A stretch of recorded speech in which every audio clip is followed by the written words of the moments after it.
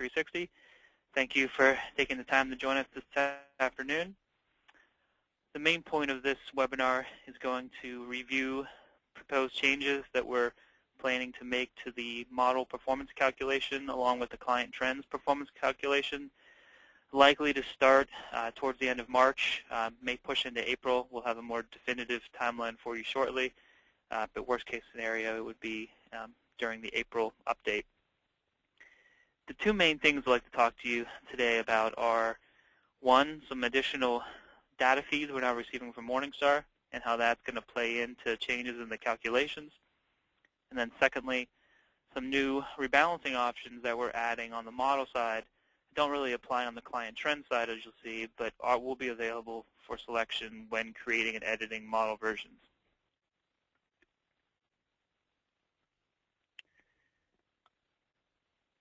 So a little bit of background, just to make sure we're all on the same page for what the system does today, so we can kind of compare that to how the new system is going to be working. So from an investment data standpoint, our system has quarterly returns from December of 2000 through December 31st of 2010. And from that point forward, we have monthly returns available, obviously in addition to quarterly. Now, for those who have subscribed to our monthly data updates, this has caused a little bit of confusion in some cases, especially when you're on kind of non-calendar quarter ends. So maybe you're running the report as of January 31st or February 28th, as opposed to December or March. And in those cases, you may have noticed on some of your reports that the actual annualized returns had kind of little stars next to them with a little bit of disclosure in the report that indicated that the number of years used for the annualized returns, the 1, 3, the 5, or the 10-year annualized return, did not exactly match the total time horizon we used for the calculation. And that's due to the fact that we only had quarterly returns prior to 2011. And just to show you an example, which you may have seen, if you look at a model, this is an example, we ran a model as of January 31st, 2013. And you'll see this little asterisk next to the 3-year, the 5-year, and the 10-year returns. And you would have seen this disclosure on your reports. So this was a necessity based on the data we had. As you'll see with some of the new updates, this is going to go away. So you'll always get a true performance calculation. It also made the actual disclosure and the calculation a lot more complicated because we were combining quarterly and monthly returns, which is obviously not ideal in many ways. And you'll see how our new system is going to simply use monthly returns, which is much more straightforward and will give us better values from both a return and a risk standpoint. From a custom benchmark data perspective, so if you assign a custom benchmark to a model, the old system simply took a weighted average of the current trailing performance. So it did not use any historical monthly returns, simply because we didn't have a lot of that data for new indices. I didn't mention this to start the call, but if you do have questions, all of your lines are muted. So if you'd please use the GoToMeeting panel on the right-hand side of your screen, you should be able to add or open that panel up and ask any questions via that. I'll do my best to answer those at the end of the call.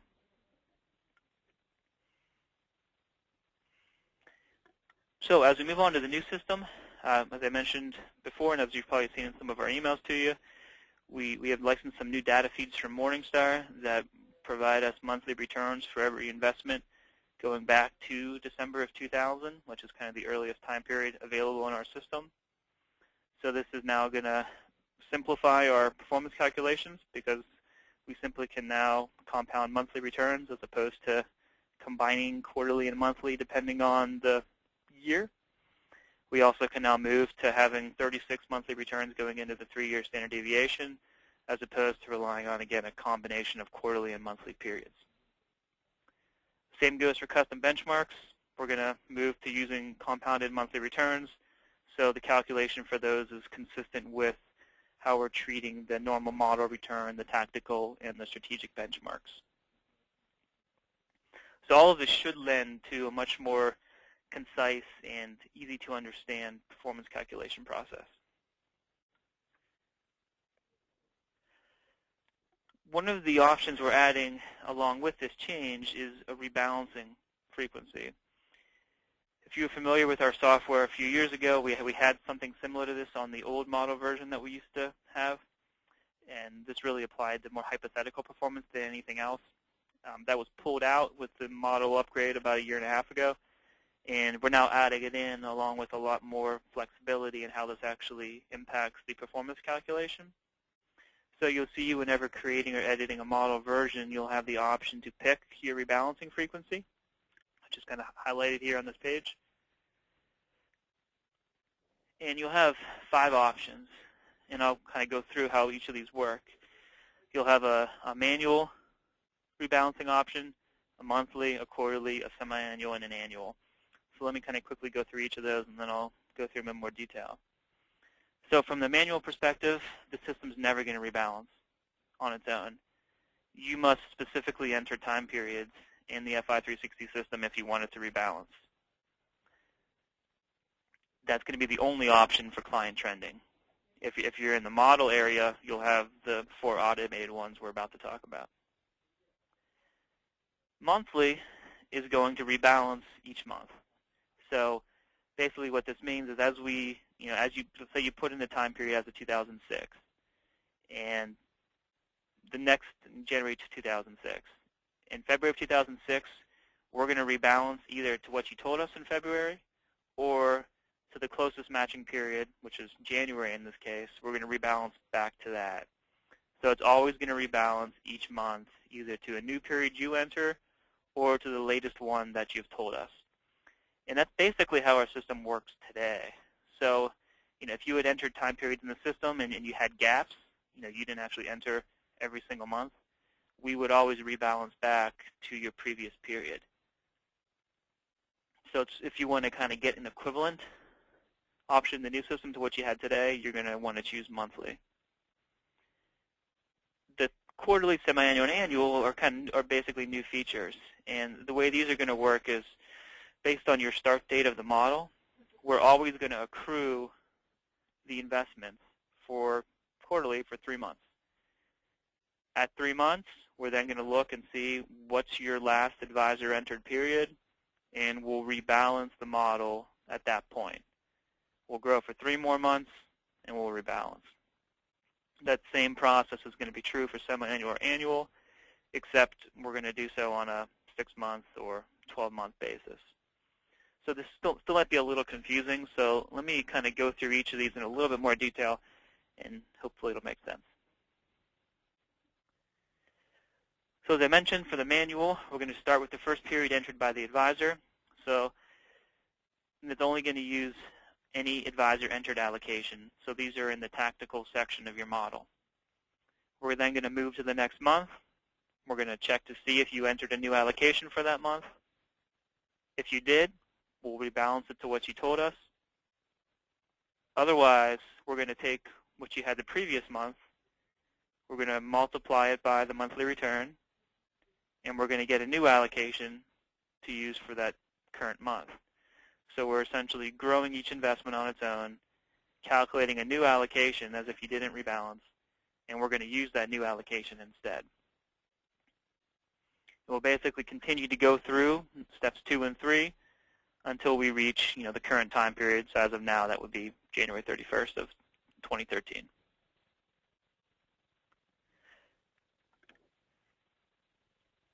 The monthly process, again, much similar to what we have today.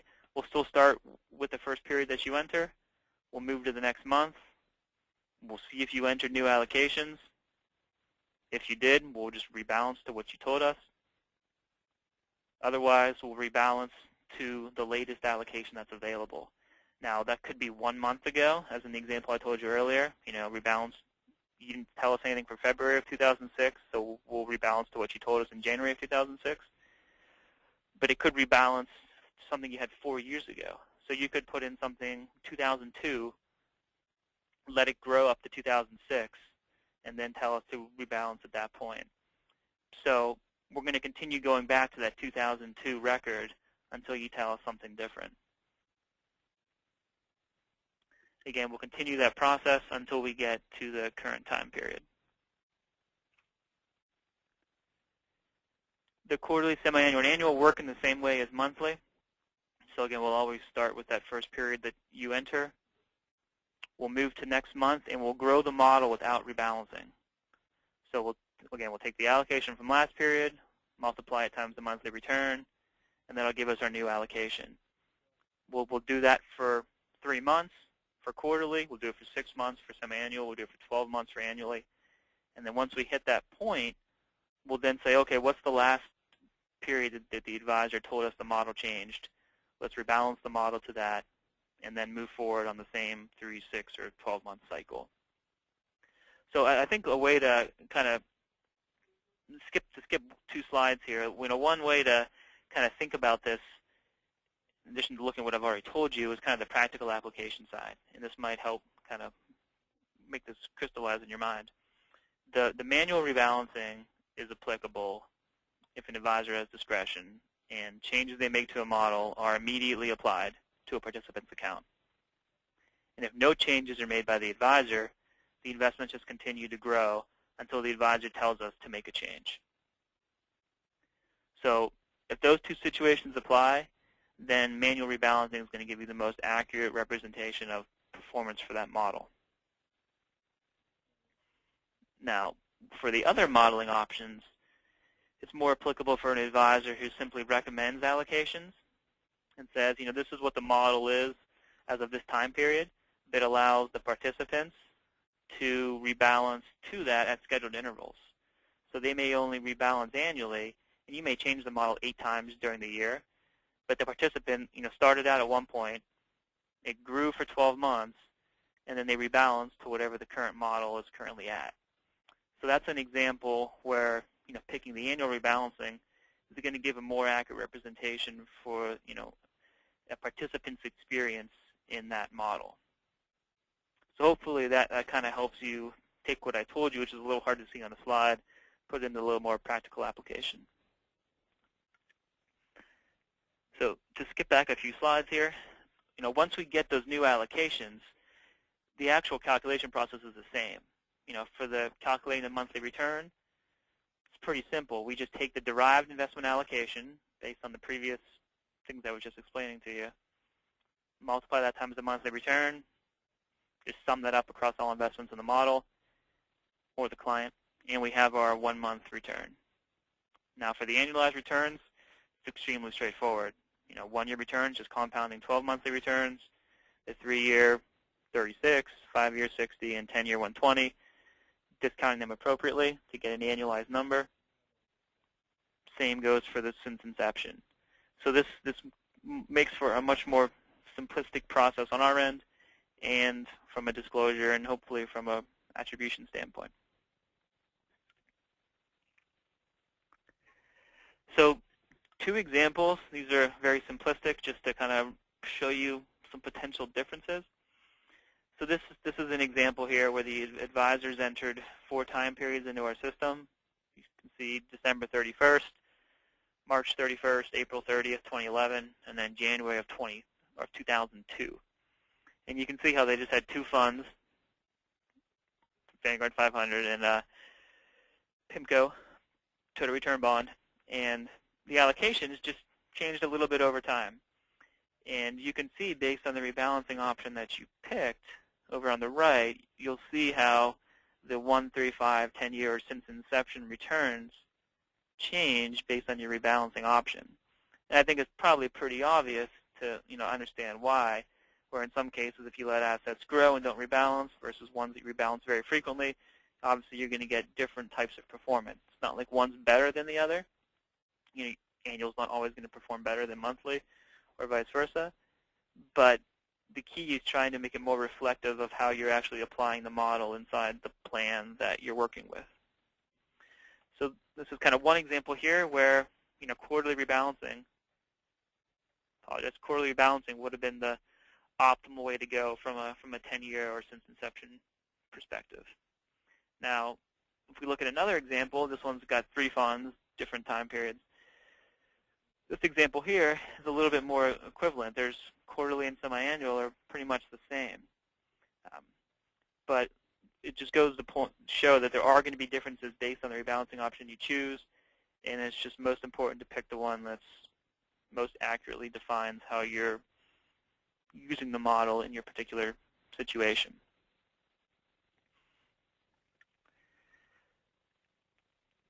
So with that said, that kind of covers the basics of what we're changing. There's not really much in terms of what's going to change for you in the interface other than choosing the rebalancing option. No other interface is changing. The reports are staying the same. The only thing that's changing in the reports is the disclosures are going to be different to describe the new process more clearly. And some of those kind of one-off disclosures that I was showing you earlier for when you have this kind of off-calendar quarter-end months, those things are going to go away. But outside of that, you're not going to see many changes, so it's more under the scenes. We just wanted to make sure this was communicated with everyone and you understand the process, and if there are any concerns, definitely want to hear those. So at this point, I think I'll stop and see if I can address any questions that have been asked. So if you bear with me for a second while I go through that, and again, I encourage you that if you do have questions, use the GoToMeeting panel to submit those, please.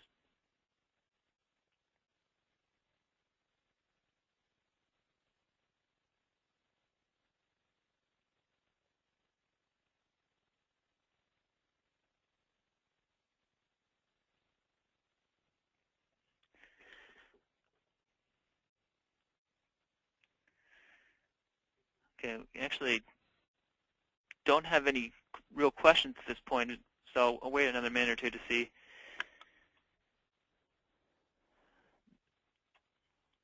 So there is one question on when will these changes take effect, and I briefly mentioned this at the beginning, but just to reiterate, you may have not been on the call yet, we plan to have these changes applied either in our March or April releases. We typically now have one product release each month, and that typically contains new enhancements we're putting out or changes like this to existing functionality.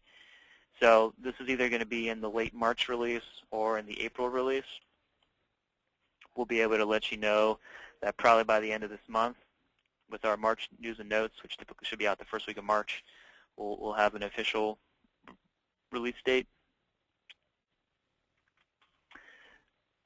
There is a question about kind of integration of the model data with record-keeping systems so that the models are automatically pulled through and or rebalanced automatically or changed, updated. So it's a great question. It's something that we are looking into and investigating some potential options there. You know, we're now really starting to push on the integration of plan data or client holdings data in terms of, what are your clients, what are your investments, and what are the dollar amounts in those investments, whether that be for a 401k plan or whether that's for an individual client. So that's our focus right now. Models has been brought up with a few of them, Mid-Atlantic Trust being one of them. So it is something we're considering and looking more into, but don't have anything definitive for you yet on that point, unfortunately. Question on the PowerPoint. One, we can definitely send it out to all registered attendees. I'll make sure that's done after the call. We should have your email address, so we should be able to do that. And we are going to post this recording within our Help Center eventually, too, so you'll be able to access it there.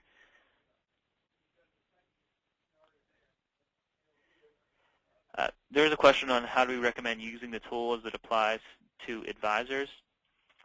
So it depends on what type of clients you're using it with. Most of what we just talked about applies more to using the model functionality within. The organizer has ended the session, and this call will be disconnected.